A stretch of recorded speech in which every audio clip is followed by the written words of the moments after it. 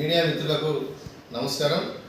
నిన్న కల్వకుర్తి ఆమంగల్లో ఈటెల రాజేందర్ గారు కేసీఆర్ గారిని పట్టుకొని 20 సంవత్సరాలు ఈటెల రాజేందర్ గారికి రాజకీయంగా అనేకమైన అవకాశాలు కల్పించిన మంత్రిగా అనేకమైన అవకాశాలు పార్టీలో ప్రముఖ స్థానం కల్పించిన కేసీఆర్ గారిని పట్టుకొని ఇవాళ రియల్ ఎస్టేట్ బ్రోకర్ అని మాట్లాడాలని తీవ్రంగా ఖండిస్తూ ఉన్నాం. ఇవాళ ఆ మాట అనే నైతికత ఈటెల రాజేందర్ గారికి లేదు. ఎందుకంటే ఈటెల రాజేందర్ గారే రియల్ ఎస్టేట్ బ్రోకర్గా పనిచేసిండు. పేద వర్గాల దగ్గర అచ్చంపేటలో, మాసాయిపేటలో, అక్కింపేటలో పేదలకు సంబంధించిన భూములను ఎకరానికి 6 లక్షల చొప్పున కొన్నని చెప్పి ఈటెల రాజేందర్ గారే స్వయంగా ప్రెస్ మీట్ పెట్టి రాష్ట్ర ప్రజలకు చెప్పిండు. ప్రభుత్వ భూములు, ఎస్సీల భూములు, బీసీల భూములు 6 లక్షలకి ఎకరం దొరుకుతాయి రాజేందర్ గారు. అలాంటిది మీరే ఇవాళ కేసీఆర్ గారిని పట్టుకొని రియల్ ఎస్టేట్ బ్రోకర్ని మాట్లాడడం ఇది కరెక్టా?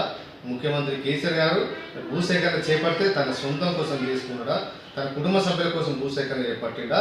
ఈ రాష్ట్ర అవసరాల కోసం పారిశ్రామిక ప్రగతి సాధిస్తే ఈ రాష్ట్రంలో చదువుకున్న నిరుద్యోగులందరికీ ఉద్యోగాలు కల్పించే అవకాశం ఉంటుంది. డిగ్రీలు వేసిన వాళ్ళకు, పీజీలు వేసిన వాళ్ళకు, ఇంజనీరింగ్ చేసిన వాళ్ళందరికీ ఉద్యోగ అవకాశాలు రావాలంటే అంతర్జాతీయ స్థాయి కంపెనీలు హైదరాబాద్కి వచ్చి పెట్టుబడులు పెడితేనే ఇక్కడ చదువుకున్న వాళ్ళకు, భూమి లేని వాళ్ళకు ఉద్యోగ అవకాశాలు కల్పించే అవకాశం ఉంటనే ఉద్దేశంతో ఇవాళ కేసీఆర్ గారు ఇవాళ నిర్ణయం తీసుకుంటే ఇవాళ కేసీఆర్ గారిని పట్టుకుని రియల్ ఎస్టేట్ బ్రోకర్ అంటావా? తొండల గుడ్లు పెట్టిన భూములు 6 లక్షలకి ఎకరం చొప్పున కొన్నా అని చెప్పినావు. అంటే పేద వర్గాల భూములు నీకు తొండలు గుడ్లు పెట్టే భూములతో సమానమా? ఇవాళ నిర్మించిన రియల్ ఎస్టేట్ బ్రోకర్ ఎవరైనా చెప్పండి. ఇవాళ రాజకీయంగా ఆనాడు రియల్ ఎస్టేట్ పరంగా బ్రోకర్కి చేసినావు. ఇవాళ రాజకీయంగా కూడా మొన్నటి వరకు బీజేపీకి చేరికల కంపెనీ చైర్మన్గా బ్రోకర్ పని చేస్తూ ఉన్నాం. మళ్ళీ కూడా రేపు రాబోయే రోజుల్లో కాంగ్రెస్ పార్టీ కూడా బ్రోకర్ తెలుసుకున్నావు. 2 జాతీయ పార్టీలకు రాజకీయ బ్రోకర్గా వ్యవహరించేది మీరు. అలాంటిది మీకు కేసీఆర్ గారిని విమర్శించే నైతికత లేదు.